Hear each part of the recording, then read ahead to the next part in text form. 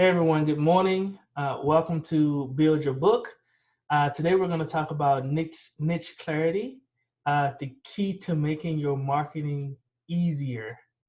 So I have, and Nikki, tell me if I'm mispronouncing your last name. Is it Iskander? Yeah, Iskander. Yeah, it's pretty Iskander. good. Yes, I got it. All right, awesome. And she's going to be telling us about niche marketing. So I'm going to just let her kind of first start off by telling us a little more about her business. Okay, hi everybody. My name is Nikki. I'm from Toronto, Canada. I have a women-only home practice in the west end of Toronto that I've been running for 2 years. And in Canada, we say niche. It's actually a French word. Niche is not the right pronunciation. Niche rhymes with quiche. So Quiche. that's a good way to remember it. Right. You Americans keep calling it niche. I keep trying to change it one person at a time. It's niche. And I'm going to call it niche for this whole interview. I will too then. And if I Yeah. if I get it wrong, remind me. I'll try to say niche. All right. Um, so we hear niche all the time. Like, everybody should niche down, everybody should niche down. First, I just want to kind of start off by, can you explain to us, like, what is a niche? Yeah, so a niche, the way it's been described to me, is a problem you solve or a population that you serve. Pretty Awesome. simple. It's just like a specific target demographic that you focus on. So I think you kind of mentioned this before, but what is your niche? My niche is women and trans and non-binary folk. Toronto is very progressive, and we have a large LGBTQ plus community. So I focus on the female and female identifying side mostly. That's awesome. Because I live in the South and we're not progressive at all. So that's Right. that's really Yeah, that's you really good. guys have a bit of a ways to go. Some of you. We do most of us. I'll be completely honest with you. So you're exactly right. So how did you find your niche? It kind of found me when I first opened my home practice 2 years ago. I knew I wanted to work with women because I'd already been out in the practice. I'd already been massaging for a couple of years, and I just found that I preferred working with women. I'm a very small person with very small hands, and I found that I work better with smaller, softer bodies, Mhm. and that typically tends to be women's bodies. I find in general, this isn't true for everybody, but in general, men are larger, they have more muscle mass, and they want more pressure than women. And it just wasn't working for my body. So I knew that that was the population I wanted to focus on. And then also for safety purposes, because I work from home and because I live alone and because I'm in a major city, it's not like a small town where everybody knows everybody. There are millions of people here. Mhm. For safety purposes, I don't allow men that I don't know into my home for any reason, business or otherwise. That's a good reason. So you said, do you have more than one niche, or is this the only niche that you have? Yeah, this is my main niche. Like basically, if I had to sum it up in one word, I would say it's women. Awesome. And why do you believe that has made your marketing easier? Well, when you have a niche, when you have a focus, a specific population that you're focusing on, or a specific problem that you're focusing on, uh, it helps immensely in so many ways. The first way is clarity. If you talk to most massage therapists and you say, oh, what do you do? Oh, well, I work with the elderly and I work with athletes and I work with people who have cancer and I work with children and I do cupping and I do acupuncture, and the list goes on and on of what they do. And uh, they kind of get lost in the mix. But if you Mhm. have a specific niche, you can just say instantly who you are, what you do, who you serve. You can come up with a clear tagline. Your marketing and your copywriting pretty much writes itself once you know what your focus is, because then you can just speak directly to that population. So it helps with clarity and marketing, I would say. And when you talked about copywriting, I know people have heard these terms before, but like I went to your website, and your website's awesome, by the way. Like Thank the you so much. colors, Yeah, it's if you've never been, could you tell people what your website is if you don't mind? Yeah, my website is nikkirmt.com. So here in Ontario, Canada, we're called registered massage therapists. We're not called licensed massage therapists. So we're called RMTs. And my website is nikkirmt.com, nikkirmt.com.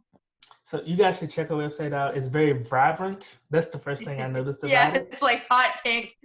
Yeah, but I can tell that like it's you. Like from your images to the words that are written, like it really feels like it's written by you. And I don't even know you that well, right? But it feels like it's you. So I Yeah, thought that was pretty cool.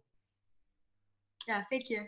Um, so you talked about marketing, you talked about copywriting. Could you tell us more about like what types of marketing you do? Yeah, I mean, I don't do any paid advertising, and I've never done Groupon. So I hired a business coach 6 weeks after opening my practice and built a thriving practice without ever having to pay for marketing. So I just have a really stellar website with clear copywriting and a clear message, and I have an Instagram page and a Facebook business page. I have a Google listing, and I've printed up business cards and flyers that I've strategically placed around the city. So I guess that is a form of marketing. So I've paid for my marketing materials, Right. but I've never paid for advertising in the sense that Yelp ads or Google ads or Facebook ads. I don't do any of that. It's mostly word of mouth, Oh, and people are finding me on Google. that's awesome. Do you think people would you say like Instagram or Facebook is helping you at all, or do you? Facebook immensely. I get a lot of business from Facebook. Instagram, less so. I think it's still important to have it because the more places you appear on the internet, the higher you rank for search engine optimization, the higher you rank in Google, the more legit your business seems, the more ways that you can allow people to contact you, the more reach you have. Mhm. Um, I get a little bit of business from Instagram, but definitely way more from Facebook. Okay. Would you mind? And if you don't mind, just say you don't. Would you mind explaining us like how are you posting to your business page? Like how are people finding you? Yeah, I post to my business page pretty frequently. So my business Facebook and Instagram pages, I post. Some people post multiple times a day. I don't do that. I post maybe a couple times a week, and try to provide value. I try to keep it interesting. Um, and a lot of people, a lot of friends and colleagues and clients will tag me on Facebook when people are looking for a massage therapist. So that's where I get a lot of business is recommendations. That's awesome. Did you got? So I know Yeah, it's here really we. important to have a Facebook page. Like it's free, set it up. Facebook, Instagram, they're free, they're easy to learn. If you don't have it, you have to get them. So this is kind of I wasn't going to ask you this, but now that we're here, like, what Yeah. advice would you give people on setting up their Facebook page? Like, is there anything they should watch out for? Is there any type of thing they should add, or is it just, Um, I mean, it's the same advice I would say about having a website. Make sure you have clear messaging. Make sure you have good photos. I think professional photos are very helpful and beneficial. It just makes you look more professional. I don't like stock photos. I never use massage stock photos. I think they're kind of cheesy and they're everywhere, so they don't make you stand out. Um, and yeah, keep it professional. one of the things I noticed about your website was there were pictures of you, but that is people are buying you, right? Like your service, right? Your massage. Exactly. So like Exactly. it was very, and they seemed they were professional pictures. Like I could tell you didn't get a camera, and like Yeah. No selfies. right. So yeah, that is a really good point.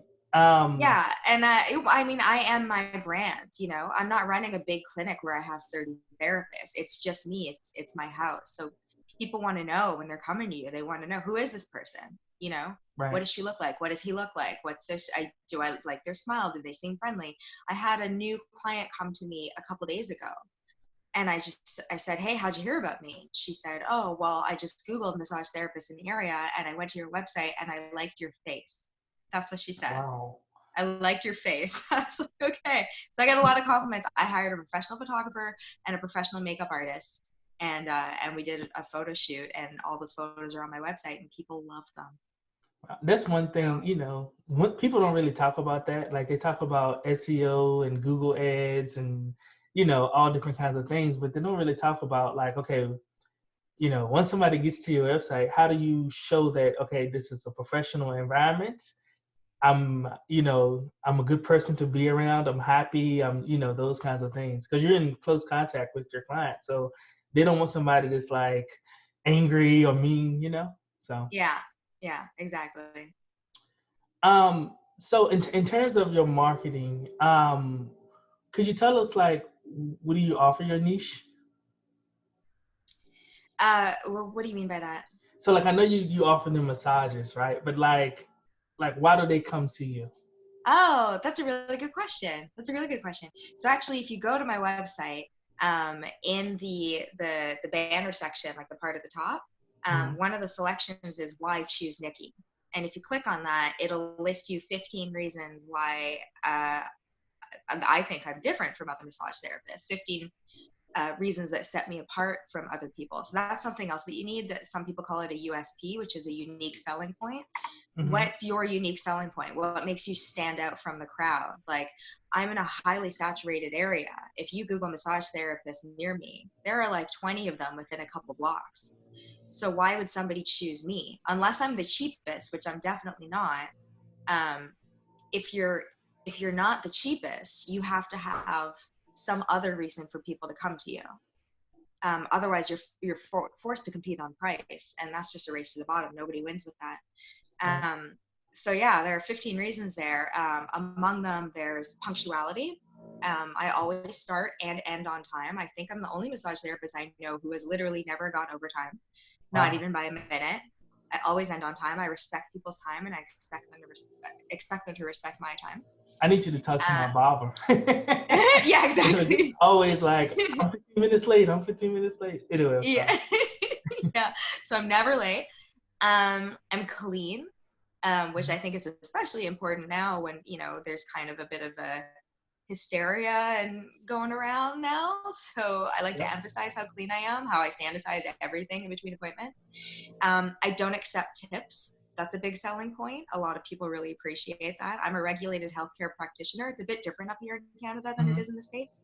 We have 2,200 hours of training, and we have to pass provincial exams, and we're heavily regulated, and we're highly respected by doctors, physios, chiros. Oh, that's So awesome. it's a bit of a different environment up here. So some people accept tips. It's not my thing. So I don't accept tips. That's another reason to come to me. Um, I don't nickel and dime people. I don't charge extra if you want essential oils, or if you want deep pressure, or if prenatal massage or shiatsu or any of the modalities that I offer. I charge for my time. I'm not going to confuse people, and I'm not going to piss people off by charging an extra $5 because you want eucalyptus oil with your massage. It Wow. just, the price is the price. You know what you're getting, and I'm never going to sneak in something extra. So that's another selling feature. Um, That's very different too because every yeah, massage therapist I talk to is like, for 30 minutes of this you get is this much, for 60 minutes of that is that much. So that's really yeah. cool. I mean, one of my biggest pieces of advice when it comes to your marketing and your messaging is keep it simple. If you have a price list that you have to scroll down to see all the things that you do, you're going to lose people. They're going to get overwhelmed. They're going to get confused. When you confuse people, you lose people. So just keep it simple. I have 4 treatment times. I have 4 prices. That's it. Those are your only options. That's Um, awesome. yeah, so I keep it simple. A lot of people like that it's in my house. It's not. I'm in downtown Toronto, but I'm on a residential street, so it's like a tree-lined street with lots of big houses. It's in a century home. My massage room is tucked away at the back of the house, so you can't hear the street traffic. It's a fully separated house, so it's not a noisy clinic. You can't hear other people. You can't hear the receptionist. Nobody's walking around with high heels in the office upstairs. Right. So it's quiet. It's body positive, which means this is the judgment-free zone. It's body positive and trans friendly. So have a lot of experience working with the trans community. So trans men, trans women, non-binary people, which are people who don't subscribe to any gender identity. They're kind of, in between on the spectrum. And I don't judge, and I'm familiar with it. And yeah, I don't care. I've treated obese people. I've treated people with colostomy bags. Like, this is a judgment-free, safe space. You don't have to feel self-conscious when you come into my house. You can leave your insecurities at the door, because all I care about is making you feel good. Those are just some of the reasons. There are 10 others. I think I've I'm forgotten them all. actually looking at them, and I'm just, I'm reading them, and I'm like, wow. Like, seriously, if you haven't been to her website, go to. And this is not like, I'm not trying to promote her. Like, you should look at her website and model your website after her website. Thank you so much. Yeah, I got a lot of compliments on it. I worked really hard on it, and I'm really proud of it. So thank you. It's so awesome. So if let's say that I was a massage therapist and I didn't have a niche, but I'm listening to you talk, and I'm like, wow, I really want to do this. What should they consider when they're niching down? Like how do I get started? Yeah, it's a good question. I mean, when it comes to niching, I'd say figure out what you want to do.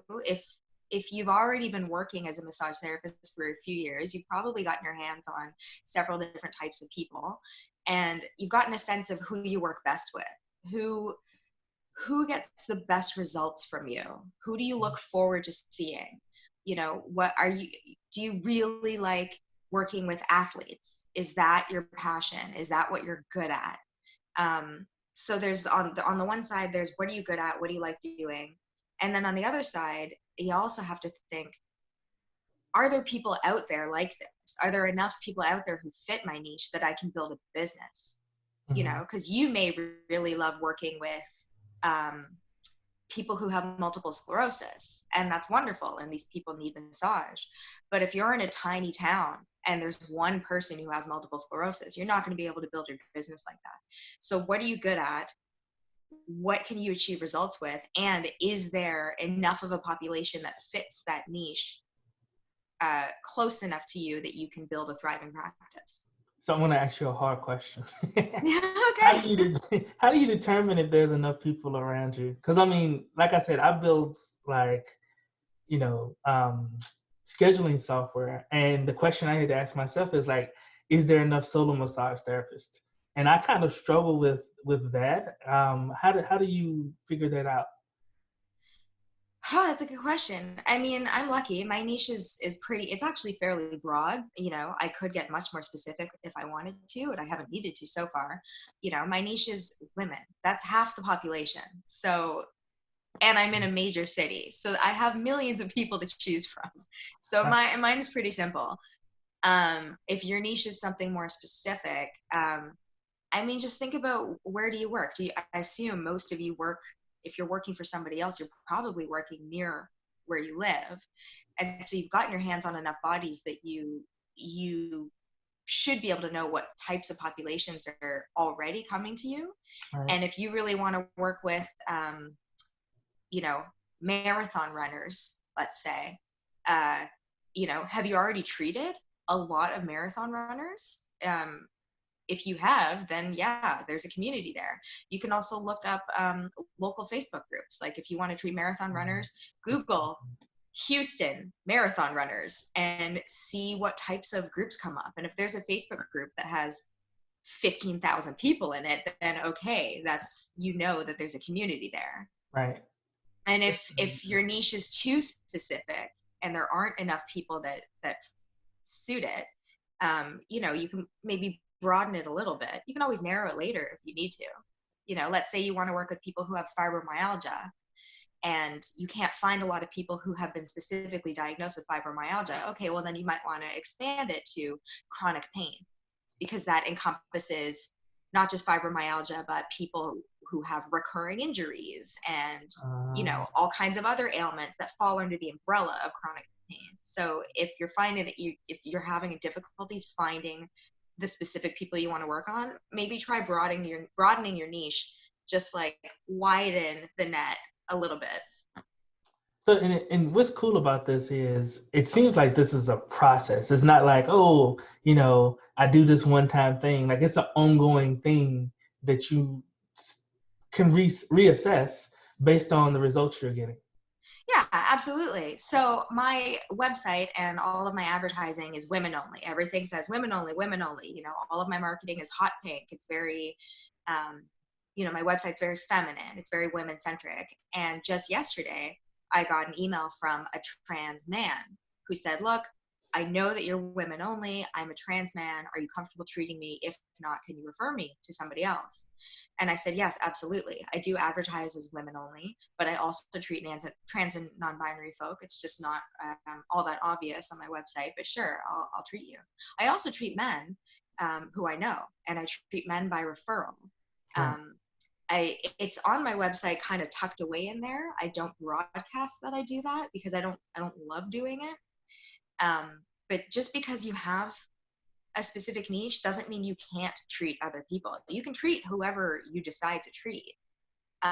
It just helps with your clarity in marketing. Right. And I was going to actually ask, do you ever treat a customer who isn't in your niche? So Yeah, yeah, you answered that question. Awesome. yeah. No, I mean, maybe 95% of my clientele identify as women. I do have some men, not a lot, but I do. So yeah, you're never tied down to it, and you can change it. You can change your niche if you find that you're not liking it or you're not finding enough people. It just, with the click of a button, you can change a few words on your website and totally change your niche. Like it's nothing set in stone. Right. Right. And that's one thing that people don't realize is like when somebody reads your website, like they're reading it in their mind, not yours. Right. So Yeah. if I'm a man and I go to your, and I am a man, so not if, um, but when I go to your website, I immediately know that that's not for me.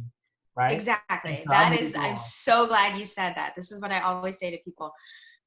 Most people, if you build a website, you can usually go into the back end and you can see, or Google will send you, reports of how long people spent on your website, the average time people spent on your website. And for a lot of people, it's like 30 seconds. Mhm. It's not everybody is going on my website and reading every single word that I've written. Most people aren't.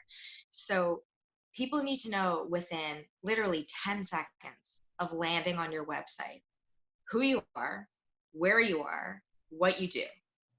And just like you said, you go to my website and immediately, oh, she's not for me. She doesn't want me. I'm going to go somewhere else. And that's a good thing. Niching is about drawing in the right people and weeding out the wrong people. So what would you say, and I've heard this before, what would you say to somebody that said, well, yeah, but that's a massage I could have had. Like that's money I could have had. Like what would you say Right. to them? Yeah, that's a fair point. It's hard, especially when you're first building your private practice and you don't want to say no to people and you don't want to turn them away. Um, and there are no rules. You can accept whoever you want to accept. But what I will say is, um, I don't like treating large men, Mhm. large muscular men. It's hard on my body. I have tiny hands. I'm not good at it. And so if I bring somebody who's not in my niche, like really so far out of my niche that I'm not going to do a good job, then that's going to hurt my business. I might get $100 on the spot and that's great. But that guy might go out and tell all of his friends, I just had the worst massage. I just wasted $100. He might leave me a negative review and that spreads quickly. And I don't want that. So if I bring in people that I know I can help, then I'm going to get better results. I'm going to get better reviews. I'm going to get more word of mouth referrals. And that's how I'm going to grow my business. If I bring in the wrong person and it doesn't serve anybody to give somebody a massage when I'm fairly positive that I can't help them. Because Right. then I'm wasting their time, I'm wasting their money, and it might actually hinder my business. And all for what? $100? Not worth it. Yeah. And I think you kind of answered this question too, but I kind of want to just ask it directly. How does niching down help with people coming back? Like people, coming back to book another massage. Yeah, I mean, once somebody comes to you and they feel like they fit Like when we're, the example I gave before about marathon runners, if you specifically focus on marathon runners, then I'm going to come to you and I'm going to get a good result because this is your specialty, this is your focus, and this is what you're best at. That's going to make me want to come back, and that's going to make me want to tell my other runner friends, because marathon runners know other marathon runners. Right. And it's going to make you easier for people to recommend. You're going to be top of mind, and people are going to go, oh my gosh, you have to go to my guy Jason, he helped me prep for this marathon. He only works with marathon runners. Like, what runner wouldn't want that? Right. It makes them you feel know special. Yeah. Yeah. So I get women coming to me, and then they rebook, and then they go on Facebook and they say, hey, to all my women friends, I have this massage therapist. She's amazing. She's in Toronto. She only works with women. You have to check her out. I get referrals from people I've never even met just because I Wow. have strong marketing. This happens all the time where somebody will come in, I'll say, hey, how did you hear about me? And they'll say, oh, from so-and-so. I'm like, I have no idea who that person is. I've never treated that person. They're not my friend. Word of mouth is really, it's Yeah. really the best type of marketing. It is, because it's what people trust the most. Yep. I can Google you, and that's, there's always a risk. But if my best friend said, no, you got to go to my guy, he's the best, well, then I'm going. Yep. You're exactly right. So I know we are probably, but we're kind of running out of time. So I don't want to take too much of your time. This has been really, really good. Actually, really well. You're pleasant to talk to. Well, thank Um, you so much. and this is the So are first time you. we're talking, even though it doesn't seem like it to me. But well, I say face to face, I should say. Um, is there anything that you would like to, like, any words you would like to leave with massage? Like, I'm really thinking about the massage therapists who they've either been in business for a while or they're just starting out, and they're like, okay, my Facebook is marketing is not working, my SEO marketing is not working, none of this stuff is working. I paid money, all I'm doing is Groupon or whatever it may be. Is there any words of wisdom or clarity of anything you would like to leave to them? Yeah. Hire a business coach. It's the best decision I made, aside from going back to school as an adult and becoming a massage therapist. Mm, Hiring a business coach immediately after opening my private practice, it was the best investment I made in my career. You need strategy. Otherwise, you're just floundering out there. You're wasting time, you're wasting money, um, just guessing. And you don't need to. Suffering is optional, and you can opt out of it. yeah. Hire a professional, get a business coach. I know a fabulous one. There are tons of them, all over Facebook. They all have, if you join all the massage therapist Facebook groups, most of them are run by business coaches. Find the one that you click with, um, and hire them. A good coach is worth every penny. I fast tracked. I tripled my business in 2 months hiring a business coach. You don't have to suffer. It's totally optional. Stop guessing. Go to somebody who has the answers and just do what they say. That's my biggest piece of advice. Don't waste your time. Don't waste your money. Hire somebody. That is awesome advice. So basically, instead of spending your money on Facebook ads and all these different things, these different, not even strategies, just like one off, like I'm gonna try this, I'm gonna try that, I'm gonna try that. Actually, go to somebody that can help you put together a comprehensive strategy. Yeah, because a Facebook ad is going to be a complete waste of your time and money if you don't have strategy. If you don't have a stellar website, if you don't have clear, effective marketing. Uh, a Facebook ad you're just flushing money down the toilet. There's no point. Yep. Yeah. Groupon, same thing. Groupon is useless if you don't know how to rebook people. It's great for getting people in the door, but you need to know how to get them back. And if you don't know how to rebook people, then you're just giving Groupon a bunch of your money, basically. Right. And you're doing a For no lot of reason. free Yeah, you're doing a lot of discounted massages, and Yeah. you're burning yourself out, and you're getting resentful because all these people are coming in and they're paying next to nothing and they're not coming back. And yeah, trying all these things. If you're struggling, like, then whatever you're doing isn't working. Mm-hmm. So find somebody who's already succeeded, find somebody who's already doing what you want to be doing, and ask them for help. And for me, that was a business coach. That's awesome. So thank you so much for your time. Thank Um, you. there's so many things that we could probably talk about, but again, I don't want to, maybe I'll have you back on Build Your Book, who knows? But thank you so much, and I hope you have a really great day. Thank you. Thank you so much. Thanks for having me. Yes.